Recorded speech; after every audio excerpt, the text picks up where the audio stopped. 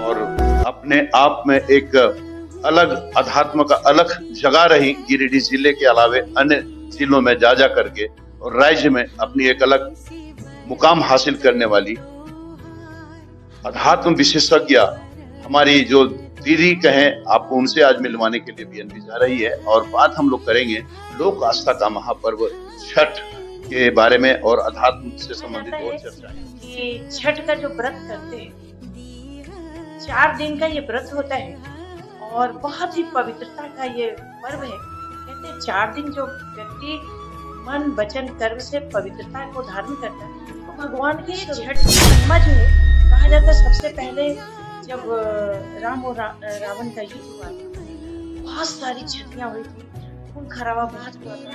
तो जब माता सीता वनवास से लौटी तो जितने भी खून खराब हुए थे, अस्वस्थ घायल थे, तो सबके स्वस्थ जीवन की कामना करने के लिए मुंगेर में वो सबसे पहले वो छठ जाता है। हमारे गुरुदेव कहते हैं कि जो सूर्य की उपासना करता है वो कभी भी देने में पीछे नहीं रहता, वो हमेशा दोनों खुले हाथ से लुटाता है और उसके घर में अन्न धन और जन के सारे जहां को सुख शांति से भर देना।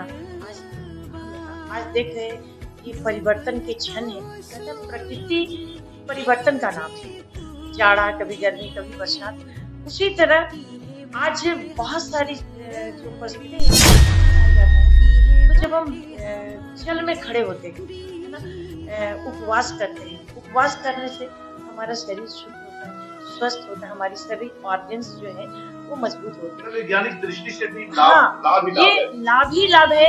और जब सूर्य के कहते हैं, हे गुरुवर हे जगजननी माँ, हमको यह वरदान दे, जन जन में देवत्व जगाएं, प्यार भरा अनुदान दे।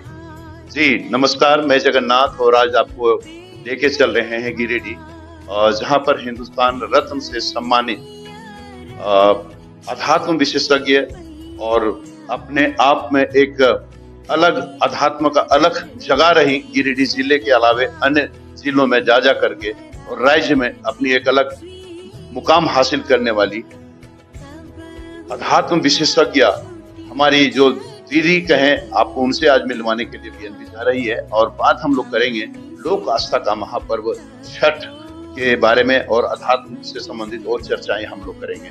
तो आज आप लोगों को हम मिलवाने जा रहे हैं पूनम बर्नवाल जी से, जो परिचय की मोहताज नहीं है, अध्यात्म के क्षेत्र में और सामाजिक क्षेत्रों में अपनी भागीदारी अहम भूमिका निभाने वाले से मिला रहा हूँ आपको पूनम बर्नवाल जी, जो हमारे बीच यहाँ बैठी हुई हैं और आज जानकारी देंगे हमारे दर्शकों को कि लोक आस्था का महापर्व छठ क्यों कैसे मनाया जाता है, इसको मनाने से क्या लाभ है, आदि संबंधित बातें आज हम करेंगे पूनम दीदी से। पूनम दीदी, आपका बहुत बहुत नमस्कार है और चरण स्पर्श भी है एक पत्रकार के छोटे भाई के नाते, और कहाँ अध्यात्म क्षेत्र में आप सूर्य और मैं एक दीपक की तरह हूँ, तो आपसे कुछ सीखने को मिल जाए और हमारे दर्शकों को भी कुछ लाभ मिल जाए आपसे, यही हमारी कामना है और प्रार्थना भी है आपसे।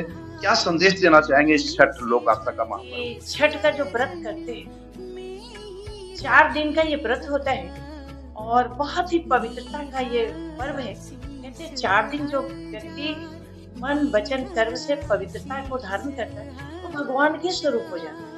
हम ये नहीं कहते कि भगवान परमात्मा बहुत बड़ी चीज है, लेकिन हम परमात्मा के अंश हैं, तो परमात्मा तत्व तो हमारे जीवन में भी, लेकिन जब उसी जीवन को हम पवित्रता के साथ करते हैं इस छठ का व्रत, तो निश्चित रूप से परमात्मा हमारे जीवन में धारण करते हैं। और कहते हैं कि 4 दिन तक जो व्रती होते हैं वो अपनी वाणी नहीं बोलते, वो परमात्मा की वाणी उनकी पवित्रता के चलते परमात्मा सत्ता उसके जीवन में प्रवेश करती है। तो ये छठ की महिमा जो है, कहा जाता है सबसे पहले जब राम और रावण का युद्ध हुआ था, बहुत सारी क्षतियां हुई थी, खून खराबा बहुत हुआ था। तो जब माता सीता वनवास से लौटी तो जितने भी खून खराब हुए थे, अस्वस्थ घायल थे, तो सबके स्वस्थ जीवन की कामना करने के लिए मुंगेर में सबसे पहले वो छठ करी गंगा के किनारे। और कहा जाता है कि जिस तरह वो झटकी थी और सभी जो घायल थे, दुखी उसके लिए सिर्फ कामना की थी, तो उनको बहुत सुकून मिला था। आज इस परिवेश में देखिए, पहले कहीं-कहीं छठ होता था और जो छठ करते थे वो सबकी कामना करते थे, सबका सद्बुद्धि मिले। ये छठ महिमा की शुरुआत जो है, छठ पर्व का शुरुआत बिहार से ही हुई थी और कहते हैं मुंगेर में माँ सीता पहली बार छठ करी थी, इसलिए बिहार का लोक पर्व है, महापर्व है। लेकिन आज जो है व्यक्ति जब अध्यात्म को विज्ञान की तरह जो में तोलता है, पहले के ऋषि मुनि इतने सर्वोच्च दिमाग के थे कि वो आज विज्ञान उसको प्रूव कर रहा है, लेकिन वो खुद जानते थे ये पर्व की महिमा क्या है। देखिए, आज सभी चाहते हैं हम स्वस्थ, कहते हैं कर्म से संबंधित है इसमें। देखिए क्या है, सूर्य पुत्र कर्ण जो है वो सूर्य की उपासना करते हैं और कहते थे कि कर्ण से कोई जीता नहीं, और कर्ण जो थे वो दानी थे, दानवीर कर्ण थे। कहा जाता है, हमारे गुरुदेव कहते हैं कि जो सूर्य की उपासना करता है वो कभी भी देने में पीछे नहीं रहता, वो हमेशा दोनों खुले हाथ से लुटाता है और उसके घर में अन्न धन और जन की भी कमी नहीं रहती। तो ये तो लोक आस्था का पर्व नहीं, ये विश्वास का भी पर्व है, पवित्रता का पर्व है। लोग विश्वास के साथ अगर छठ मैया का व्रत करते हैं तो उसे कहीं कोई दिक्कत नहीं आती है। और जब कर्ण भी सूर्य की उपासना किए और दानवीर कर्ण बन गए, तो हम आप तो बहुत छोटी सी चीज है, हम आप सूर्य की उपासना करते हैं, हे प्रभु सारे जहां को सुख शांति भर देना। आज देख रहे हैं कि परिवर्तन के क्षण है, मतलब प्रकृति परिवर्तन का नाम है, जाड़ा कभी गर्मी कभी बरसात। उसी तरह आज बहुत सारी जो परिस्थितियां उथल पुथल हो रही है, हम पर्यावरण को संतुलित करने के लिए करनी चाहिए। ये पर्व मनाया जाता है कि गंदगी से बचाव करे, हमारा नदी तालाब स्वच्छ रहे। तो एक तो पर्यावरण हमारा शुद्ध हुआ, दूसरी तरफ अगर वैज्ञानिक कारण से हम देखते हैं कि छठ क्यों मनाया जाता है, तो जब हम जल में खड़े होते हैं, उपवास करते हैं, उपवास करने से हमारा शरीर शुद्ध होता है, स्वस्थ होता है, हमारी सभी ऑर्गन्स जो है वो मजबूत होते हैं। वैज्ञानिक दृष्टि से भी ये लाभ ही लाभ है। और जब सूर्य के सीधी किरणें भीगे हुए वस्त्र पे जब पड़ते हैं तो कहते हैं सकारात्मक ऊर्जा हजारों गुना पावर हमारे शरीर को मिलता है और हमारे मस्तिष्क जो पावर मिलता है, कि बोलते हैं प्रेजेंट ऑफ माइंड, है ना, हम तुरंत कोई भी कार्य करने में इतने सक्षम हो जाते हैं कि हम किसी भी कार्य को कर सकते हैं।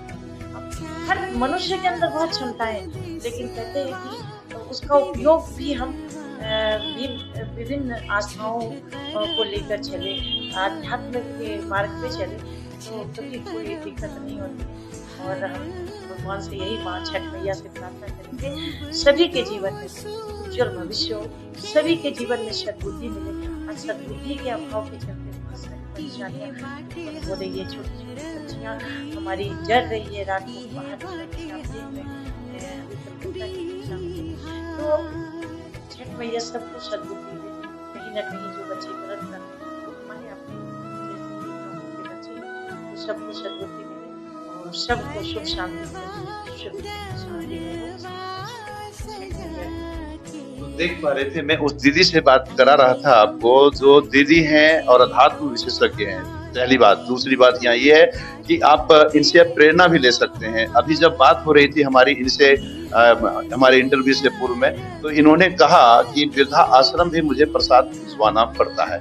ये सुनकर के मैं काफी मतलब यूं कह कि भावुक हो गया कि इनका कहना ये भी था कि लोग तो आ जाते हैं प्रसाद खाने के लिए, लेकिन वो वृद्धा आश्रम वाले कैसे आएंगे, इसके लिए उनके लिए भी प्रसाद हमें भिजवाना पड़ता है। ये सुनकर बड़ा खुशी हुई कि दीदी के मनोभाव यूं कह कि पूरी तरह पवित्रता की ओर अग्रसर है। और हमारी ईश्वर से कामना है कि दीदी हम लोग पर कृपा और आशीर्वाद बनाए रखे और निश्चित रूप से जो छठ महापर्व को लेकर आपसे बात हो रही थी, दीदी ने बहुत अच्छी जानकारी दी है। इससे आप सबों को सीख लेने की जरूरत है, प्रेरणा लेने की जरूरत है और बीएनबी के साथ बने रहने की जरूरत है। तो आप बने रहें बीएनबी के साथ और देखते रहें कब, कहां और कैसे दिखेगा, क्योंकि बीएनबी सच है तो बोलेगा। जय हो, जय हिंद, सत में जय थे, वंदे मातरम। जय छठी मैया की, जय पूनम दीदी की।